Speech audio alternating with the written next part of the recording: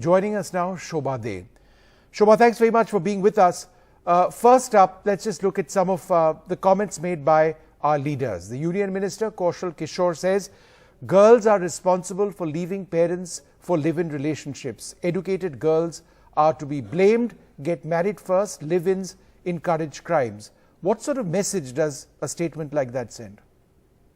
Well, the statement is so obvious and so nauseating and so disgusting because it takes away any kind of agency a young woman may have over her own life and her own decisions.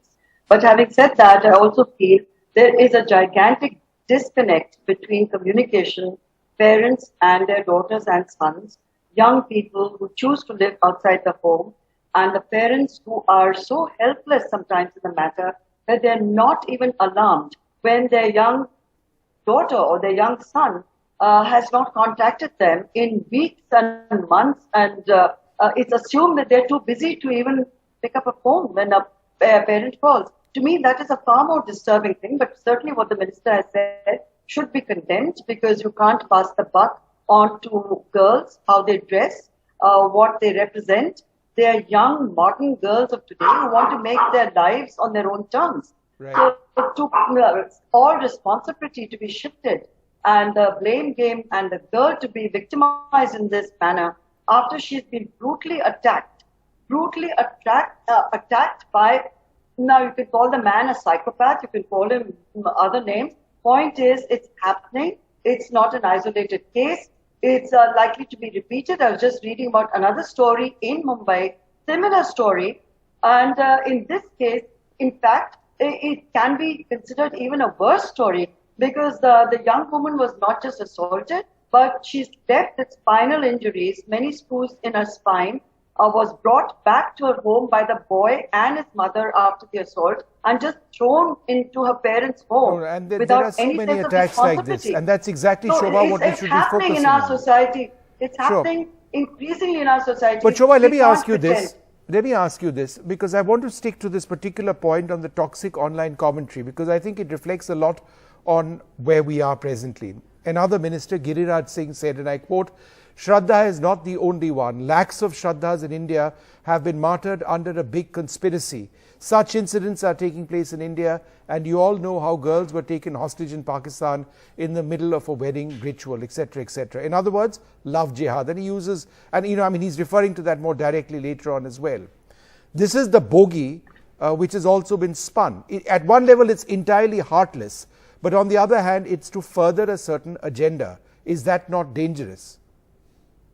Well, this kind of an agenda which whoever is trying to further, if they're going to pay so much attention to what a politician who's here today and gone tomorrow, or even a political organization, a political body, people in power, I really don't give that kind of emphasis or importance to an individual. I'm much more concerned with what the message that's going out to society at large through such comments. And if the minister and others who are making such comments on public platforms, social media platforms, have no regret and no remorse like the killer, then it's really again not just on social media. Shobhaa, these were also sound bites and the like, in a few of these cases. I mean, they're saying this openly. There is love jihad which is involved, and there's something wrong with these girls if they have moved away from their parents. Which century are we talking about, But this is the kind of feudalistic mindset that has been condemned over and over and over again in media. That and it's the easiest thing to do is pass the buck and blame the woman. But it's been done deliberately, Shobhaa, I think is the point. I don't think anybody would not be aware of the importance of independence in the lives of women. This is a government which champions the cause of women, and yet you've got these deplorable statements. Let me give you a few more examples, not just from ministers, but from several others who have said, for example, have emphasized the fact that she was unmarried, that she met the perpetrator through a dating app, and that this was an interfaith relationship.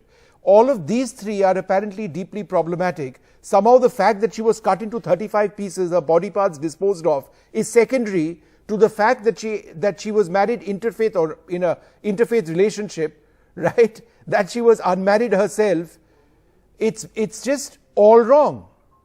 Of course, it's all wrong. It's deplorable. But look at the sort of play that this grisly murder has, the way it has been received in the media. It's taken G20 off the front pages and, 4 and 5 pages of analysis, psychologists, everybody pitching in. So why don't we focus on that? Of course, it's deplorable, and I'm not surprised that the present administration is trying to distract all of us by saying blame the woman, blame the girl, and to put women back, several decades, even possibly a century, by saying your place is at home and you have no business to be in a live-in relationship and wear what you wear, eat what you do, think what you do, represent yourself the way you wish to. But that is a known agenda. It's for all of us in media to condemn it and to fight for the right of every woman to live her life the way she chooses to.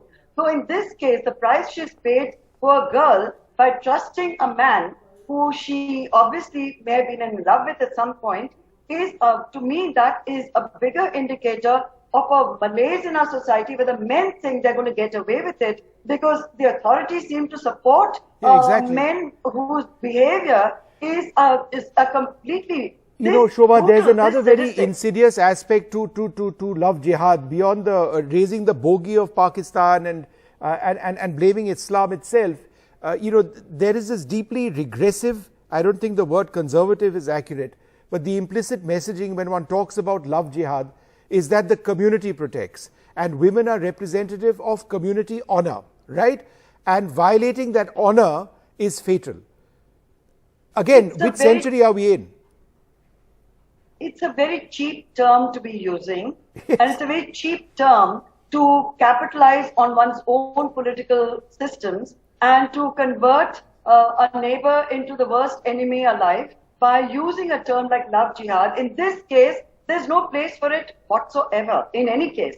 To try and bring in religion, to try and bring in an interfaith relationship, to try and say that it's a calculated thing, to propagate love jihad to our girls, to spoil them, to ruin them in every conceivable way, is just dirty politics. And surely an informed citizenry will see through these tactics and absolutely condemn those who are attempting such propaganda, because it is awful, it is meaningless, and it is dangerous. It's the message that's going out there to a lot of people who may or may not be able to read between the lines as to what this political agenda is all about. It's about a lot of our young women who are being increasingly threatened by not just the state, but because of the state support for acts of this kind. Inadvertently, the message that's going out to a lot of men out there is that whatever may happen, the girl is to blame, and if you are in an interfaith relationship, be sure the state is going to intervene and let you know that you are doing something that's against our culture. Right. Well, this sort of a thing does not have culture or religion involved. It has a mind of and anybody who argues like you or I on a program like this are called woke, we are called liberal, we are called all sorts of things. We are bad, we are bad-mouthed constantly. But is this not common sense? I mean, if there's a murder to be spoken about, it's a horrific crime.